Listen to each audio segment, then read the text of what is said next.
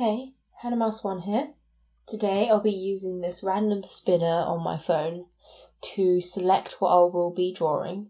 First I'm choosing a theme from animals, food, space, ocean, floral and magic. And the random spinner chose a food theme for this one. Now to determine what creature I will be drawing, like species, I'm choosing from angel, princess, elf, fairy and sorcerer, from which the random spinner chose sorcerer. So for the style, I'm choosing from my own, Studio Ghibli, Disney, Gravity Falls, and Adventure Time. The random spinner chose Studio Ghibli. Alright, so first I'm going to sketch out a few designs. I was looking at references from Studio Ghibli films, namely the protagonist from Kiki's Delivery Service and Spirited Away for my design for the character. Also Satsuki from My Neighbor Totoro. I started off doing one design where the sorcerer would look happy. I decided to do a sorcerer who's using her magic to cook or something like that. So I started off by just sketching out a basic idea of someone holding a bowl, like a cooking bowl or something. This isn't the design I go with, but I was just kind of improvising just to see what possible designs I could go for. My peeve with this one, the way I drew it wasn't in a very Studio Ghibli style. Like the limbs are normally thinner, like the characters are normally appear in figure, like the main female protagonists of their film, which seems to be the style they like, seem to be almost like quite flat chested, almost prepubescent looking. But this character looked a bit too curvy for what I was going for. At some point I decided to try maybe someone who looked less competent. So I started off by sketching out someone who was trying to use their magic to control a flying cooking bowl and failing miserably. And I preferred this style a lot more. I started just sketching out the basic idea. A lot of this will change, but yeah, I was just using different references of different outfits that I could go with. The outfit was mostly based off what Satsuki wears. And the skirt, they like to have very flowy skirts for their female protagonists in these shows, in the films. So yeah, I decided to go with that. I like this design a lot more. This is the one I eventually decided to go with, but I crop it down just to a torso shot. Here I'm starting out the sketch on watercolor paper because I wanted to paint this with my watercolors. So I start out sketching, try and work out the placement of stuff. A lot of this will change as I figure it out. I should have done more guidelines and stuff. I was improvising this way too much, and that resulted in a lot of stuff looking a bit out of whack in terms of proportions. But yeah, I correct it all. Yeah, I wanted the face to be really prominent, so I ended up doing this way bigger, and then I enlarge everything else to match it. Studio Ghibli style faces are generally fairly simple. There's no lips normally. Eyebrows are straight lines, and the eyes tend to be one dark circle rather than a complex color thing. So yeah, I give them little overalls with a skirt, and I do the sleeves fairly simply. Studio Ghibli style, also no fingernails generally. I noticed that on some shots of Kiki's hands from Kiki's Delivery Service when she's holding the broomstick. Some places you don't see her fingernails, even if you're an angle where you should. I start working out the hair. So I just try and keep things simple and make the mouth smaller than I originally intended, because I noticed generally the larger mouths are on the younger characters, such as Mei or Ponyo. Whereas older characters, teenage characters, tend to have smaller mouths. I use a wet on wet technique for the watercolor, where I dampen the page first with a wet brush and then go over it. It makes it smoother go down for the colors. So yeah, I just go over everything in this skin tone color, and I just try and make it as even as possible. I'll work out shadows and highlights later on. So yeah, I just go over everything, try and make it as smooth. And yeah, The shading is fairly simple generally, with a simple two-tone shading where like shadows and light is kind of separated individually. I do this in all the skin tone areas. Yeah. So it's not like I have to worry about the light, how the light lands on it's too much here, because Studio Ghibli stuff doesn't tend to worry about that too much. Generally, they just have a darker side, normally the side facing away from the camera, and then the lighter side.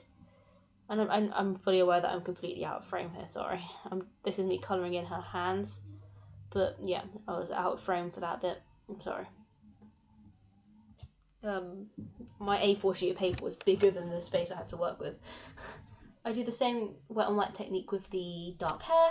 I go for a dark brown because with lots of Studio Ghibli films taking place in Japan, generally they will have dark hair because that's very common in Japan.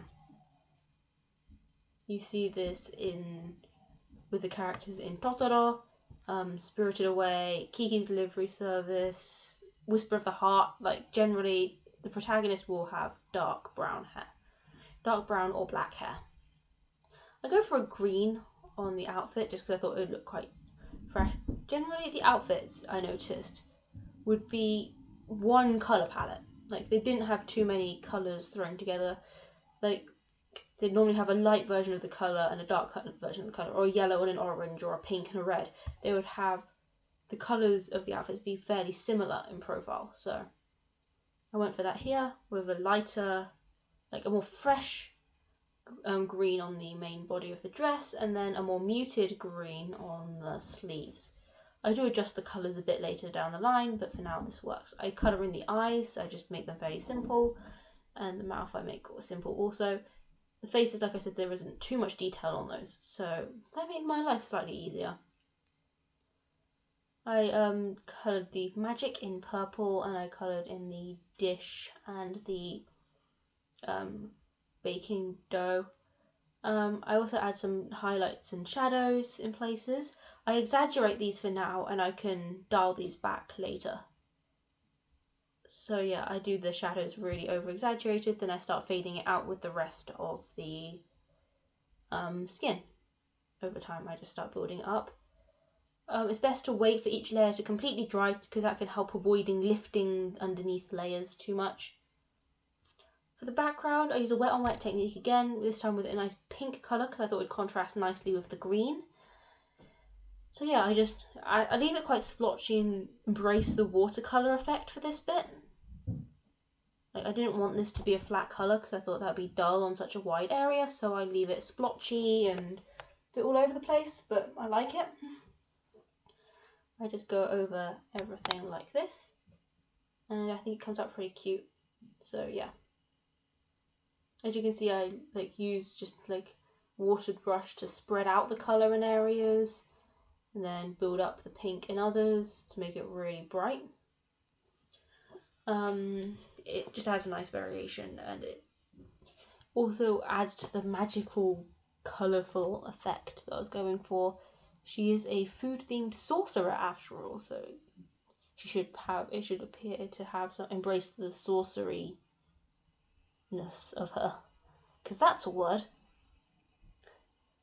So I use the wet technique down here as well. I go all the way around the character in this way, and yeah, it really helped the green dress to pop on the page because pink, which is a subsidiary of red, is opposite of green on the color spectrum. So yeah, that helps a lot. So I think it looks quite nice to be coloured in this way. And I could have just left it white, but I thought that would be a bit dull, so I continue to work on that. I added in some blush on the cheeks because that is something included in a lot of characters. I do that by kind of globbing on the colour and trying to build it up, and then smudging it out with just a clean wet brush and trying to remove the excess where possible. It helps blend it out more, but it does add a bit of colour to the face, and I like that. I then fine line everything I probably should have waited for this to dry longer than I did, because it does kind of cause it to like feather out, but it's not too noticeable in the end, so I'm not mad. So I just go around the entire character in this way, and it just helps add some definition. And in Studio Ghibli films, there is a basic outline on everything, so it helps bring it more into that style. My experience, if you mess up the line work, oftentimes it's best just to ignore it and go with it, because often I find personally if I try and fix it, I tend to mess it up even more. And often it isn't too noticeable in the end. It just really helps different objects pop, and it adds some definition to areas like the hair, which are all one colour. So yeah. I will say I'm not very experienced with watercolours. I've only had this palette for a few weeks. So I was trying to learn techniques here as much as I was showing you guys my work. I really wanted to try these out, and I thought I may as well bring you along for the ride. I outline the hands. I try and keep the line work very thin, and I go over everything in this way.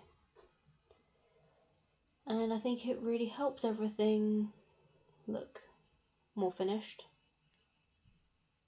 I also sign it and date it. So this is what it looks like in the end. I think it looks cool. This is a food-themed sorcerer in a Studio Ghibli style. Thanks for watching. Follow me on Instagram at HannahMouseCrafts, and I'll see you next week. Bye!